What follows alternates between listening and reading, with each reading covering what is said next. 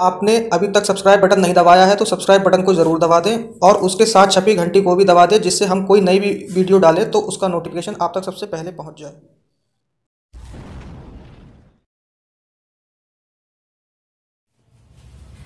Hello students, unique competition class में आपका स्वागत है। हम अपने साइकोलॉजी के टॉपिक हमने काफी हद तक निपटा लिए थे और जिसमें से एक बहुत ही इंपॉर्टेंट टॉपिक हम आपके लिए लेकर आए हैं जिसका नाम है समावेशी शिक्षा, इंक्लूसिव एजुकेशन। ये बहुत ही इंपॉर्टेंट टॉपिक है। इसमें से 100% 1 से लेकर 5 क्वेश्चन तक मैक्सिमम टेट, सीटेट, यूपीटेट में पूछे जाते हैं और इसमें से क्वेश्चन आना ही आना है। अब इंक्लूसिव एजुकेशन होती क्या है और इसमें इस वीडियो में मैं आपको पूरा समझाऊंगा बहुत ही क्लियर तरीके से। इस वीडियो को देखने के बाद अपने नोट्स अपने हैंडराइटिंग में बनाइएगा। इसके अलावा आपको किसी और जगह से, किसी और सोर्स से इसे वो समझने की जरूरत नहीं पड़ेगी। अगर आपने इस वीडियो को अच्छे से पूरा शुरू से लेकर एंड तक देखा तो आपके बहुत अच्छे से समझ में आएगा और फिर ये आप इंक्लूसिव एजुकेशन को कभी भूलेंगे नहीं। तो चलते हैं हम अपने टॉपिक पे जिसका नाम है समावेशी शिक्षा, यानी कि इंक्लूसिव एजुकेशन। इसमें बताया गया है कि समावेशी शिक्षा जो होती है उसके अंतर्गत उसमें हम क्या करते हैं, एक तो हमारे पास होता है सामान्य बालक, जैसे कि सब लोग हो गए सामान्य, और एक होता है विशिष्ट बालक। विशिष्ट बालक वो बालक होते हैं जो शारीरिक रूप से अपंग होंगे या फिर वो मानसिक रूप से अपंग होंगे, मंदबुद्धि होंगे, तो वो आते हैं विशिष्ट बालक। तो उन सबको मिलाकर एक ही स्कूल में एक ही साथ एक ही क्लास में शिक्षा दी जाती है, तो वो कहलाती है हमारी इंक्लूसिव एजुकेशन, समावेशी शिक्षा। अब इसमें क्या है, अब इसकी डेफिनेशन में क्या है, डेफिनेशन में भी यही बात कही गई है कि समावेशी शिक्षा वह शिक्षा होती है जिसके अंतर्गत विशिष्ट क्षमता वाले बालक, जो मैं बॉक्स में बंद कर रहा हूं वो इंपॉर्टेंट है, उसी से ही क्वेश्चन आएगा। विशिष्ट क्षमता वाले बालक जैसे कौन कौन से हो गए, मंदबुद्धि बालक हो गए, कम अपाहिज बालक हो गए या विकलांग बालक हो गए, इनको हम कहते हैं विशिष्ट क्षमता वाले बालक। विशिष्ट क्षमता वाले बालकों को सामान्य बालकों के साथ, यानी कि सामान्य बालक जैसे कि जिसमें कोई अक्षमता ना हो वो सामान्य बालक हो गए, इन दोनों को एक ही विद्यालय में एक ही कक्षा में एक साथ शिक्षा प्रदान की जाए, ये कहलाती है हमारी समावेशी शिक्षा।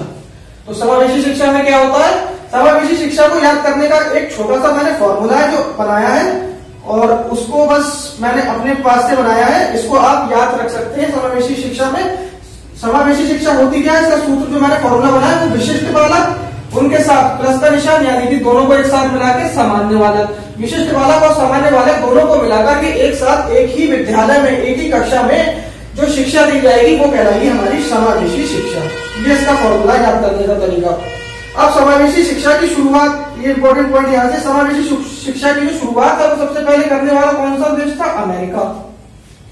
समावेशी शिक्षा को 3 भागों में बांटा गया है। इसको हमने कितने भागों में बांटा है, 3 भागों में। नंबर 1 है हमारा शारीरिक एवं विकलांग बालक। अब कुछ बच्चे होते हैं वो शारीरिक रूप से विकलांग होते हैं, तो उनके बारे में बताया गया। इनके भी 4 भाग लिए गए हैं, 4 टाइप लिए गए हैं। जैसे अब विकलांग बालक कौन, या तो दृष्टि बाधित, या तो कोई ऐसा बालक होगा जिसको दिखाई नहीं देता होगा, श्रवण बाधित, ऐसा बालक जिसको सुनने में परेशानी हो, वाक दोष, ऐसा बच्चा जो बोलने में अक्षम हो, और अस्थिबादी। अस्थिबादी का मतलब जो शारीरिक रूप से विकलांग हो।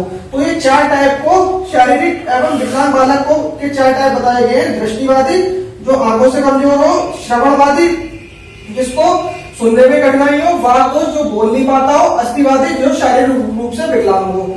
अब इनमें से भी इन बच्चों का भी बहुत से बच्चे ऐसे होते हैं जो इनमें से आंशिक रूप से बाधित होते हैं, जो जिनमें कमियां बहुत आंशिक रूप से यानी बहुत कम पाई जाती हैं।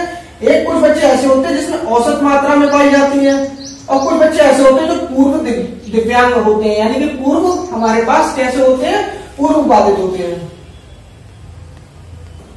दूसरा टाइप है इसका अधिगम अक्षमता। अधिगम अक्षमता का मतलब जिन बच्चों को पढ़ने लिखने बोलने में समस्या होती है, तो पढ़ने लिखने बोलने में समस्यात्मक बालक जो होता है वो अधिगम अक्षमता से ग्रसित होता है। जैसे कि एग्जाम्पल में आता है आपका डिसलेक्सिया, डिसग्राफिया, डिसकैलकुलिया, और भी बहुत सी होती हैं।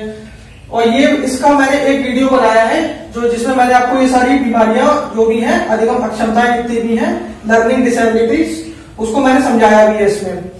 तो इसमें जो दूसरा जो इसका टाइप है वो है अधिगम अक्षमता, जिसमें पढ़ने लिखने बोलने में जो बच्चे होते हैं उनको इन सब चीजों में दिक्कत आती है। तीसरा है उसका पार्ट अनुसूचित जाति, अनुसूचित जनजाति या निर्धन एवं पिछड़े वर्ग के बच्चे। अब बहुत से बच्चे ऐसे होते हैं जो बेचारे अनुसूचित जाति के होते हैं, अनुसूचित जनजाति के होते हैं और निर्धन और पिछड़े वर्ग के बच्चे होते हैं, तो उनके लिए भी उनको भी सामान्य बच्चों के साथ समावेशी शिक्षा दी जाएगी। का मतलब उसको उनको भी साथ में उनको पढ़ाया जाएगा सामान्य बच्चों के लिए, ये बात कही गई। अब एनसीईआरटी क्या कहता है, तो एनसीईआरटी जो बात कहता है, एनसीईआरटी के अनुसार धर्म, जाति, लिंग, समाज, परिवार आदि के आधार पर बिना भेदभाव के एक ही विद्यालय में शिक्षा देना समावेशी शिक्षा कहलाती है। एनसीईआरटी का मानना है, एनसीईआरटी ने अपनी बात बताई कि जो बच्चे जो होंगे धर्म, जाति, किसी भी धर्म के हो, किसी भी जाति, किसी भी लिंग के हो, कैसा भी उनका समाज परिवार में कैसा भी उनका कैसा भी परिवार हो, निर्धन हो या अमीर हो, चाहे वो कैसे भी हो आदि, किसी को भी आधार में किसी के साथ भी भेदभाव नहीं कराया जाएगा और उनको एक ही विद्यालय में एक ही शिक्षा एक ही विद्यालय में दी जाएगी। इसी को ही एनसीईआरटी ने समावेशी शिक्षा माना है। अब समावेशी शिक्षा की विशेषताएं क्या क्या होती है, इंपॉर्टेंट पॉइंट। तो समावेशी शिक्षा प्रत्येक बालक की व्यक्तिगत शक्तियों का विकास करती है। अब बच्चा चाहे कैसा भी हो, डिसेबल हो या सामान्य हो, कैसा भी हो, उसकी सारी की सारी व्यक्तिगत शक्तियों का विकास कौन सी शिक्षा करती है, समावेशी शिक्षा। दूसरा पॉइंट, समावेशी शिक्षा के अंतर्गत शारीरिक रूप से बाधित बालक भी समान बालकों के समान महत्वपूर्ण समझे जाते हैं। अब समावेशी शिक्षा में एक ऐसी शिक्षा है जिसमें शारीरिक रूप से बाधित बालक हो और समान बालक हो, दोनों को एक साथ पढ़ाया जाएगा, तो दोनों ही बालकों को महत्वपूर्ण समानताएं दी जाएंगी, महत्वपूर्ण समझे जाएंगे। ऐसा नहीं कि उनके साथ कोई भेदभाव होगा। तीसरा पॉइंट, समावेशी शिक्षा समाज में अपंग तथा सामान्य बालकों के मध्य एक दूसरे के प्रति सहायता भावना उत्पन्न करने में सहायक है। जैसे बहुत से बच्चे अगर एक साथ मिलकर पढ़ेंगे, चाहे वो सामान्य हो चाहे वो विशिष्ट हो, तो उनको एक दूसरे के प्रति सहायता की भावना उत्पन्न कराएगी। समावेशी शिक्षा का यही उद्देश्य है, यही इसकी इंपॉर्टेंट पॉइंट है। तो ये बहुत ही इंपॉर्टेंट पॉइंट है। इससे क्वेश्चन मिल जाता है कि बहुत की समावेशी शिक्षा का कौन सा महत्वपूर्ण उद्देश्य है, तो ये एक महत्वपूर्ण उद्देश्य है कि दोनों बच्चे जब एक साथ पढ़ेंगे, विशिष्ट और सामान्य, तो उनके अंदर एक दूसरे के प्रति सहायता की भावना उत्पन्न होगी। अब इसमें समावेशी शिक्षा के कुछ उद्देश्य बताए गए, तो उनको एक एक करके डिस्कस करते हैं। पहला जो है उद्देश्य क्या है, पहला उद्देश्य समावेशी शिक्षा में बताया गया कि शारीरिक रूप से अक्षम बालकों की शिक्षण समस्याओं की जानकारी प्रदान करती है। समावेशी शिक्षा क्या होती है, वो हमें बताती है शारीरिक रूप से बच्चा कौन सा अपंग है या किसे क्या परेशानी है, तो शारीरिक रूप से अक्षम बालकों की शिक्षण समस्याओं की जानकारी वो हमें प्रदान करती है। ये हमें केवल समावेशी शिक्षा से ही मिल सकता है। दूसरा, बालकों की अधिगम अक्षमता है जैसे कौन कौन सी, जैसे लिखने में परेशानी, बोलने में, समझने में, इन सब का पता लगाकर उनको दूर करने का प्रयास करती है। तो ये भी समावेशी शिक्षा के कारण ही होता है। इसी के कारण हम ये पता लगा सकते हैं कि बच्चों की अधिगम अक्षमताएं कौन कौन सी हैं और फिर उसे दूर करने का प्रयास करते हैं। फिर उसके बाद बालकों की सीखने की समस्याओं को ध्यान में रखते हुए कार्य करने की विभिन्न विधियों द्वारा विद्यार्थियों को शिक्षण प्रदान करना।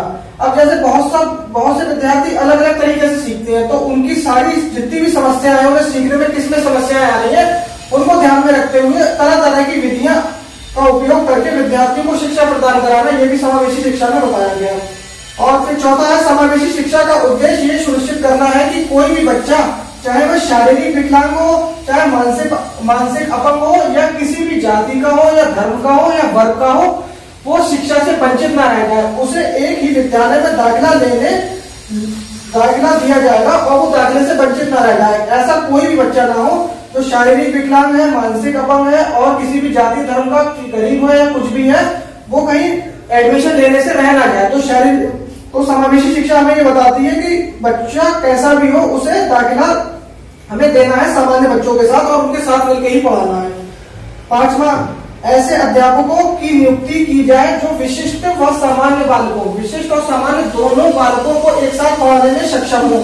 ऐसे टीचर वहां उस स्कूल में रखे जाए जो विशिष्ट बालकों को और सामान्य बालकों को एक साथ पढ़ाने के लिए तैयार हो और उन्हें सक्षम हो, उन्हें इस चीज की नॉलेज हो, एक्सपीरियंस हो इस चीज का। और छठा कहता है, ऐसे बच्चों का घर, अब बहुत से बच्चे ऐसे होते हैं जिनका घर विद्यालय से या स्कूल से बहुत दूर होता है, तो ऐसे जो विशिष्ट बच्चे हैं उनके लिए छात्रावास का प्रबंध करा जाए, ये समावेशी शिक्षा में कहा गया है। तो ये आज समावेशी शिक्षा जो मैंने आज आपको पढ़ाई है, इसमें से मैंने जितना पढ़ा दिया है उससे ज्यादा नहीं पूछा जाता है पेपर में। इसमें बहुत इंपॉर्टेंट चीजें मैंने आपको बताई है, इसमें से काफी हद तक इसी में से ही आएगा, आपको और कहीं पढ़ने की जरूरत नहीं है। और गाइस अगर आपको वीडियो पसंद आए तो चैनल को सब्सक्राइब करें और ज्यादा से ज्यादा वीडियो को लाइक करें और शेयर करें। Thank you very much.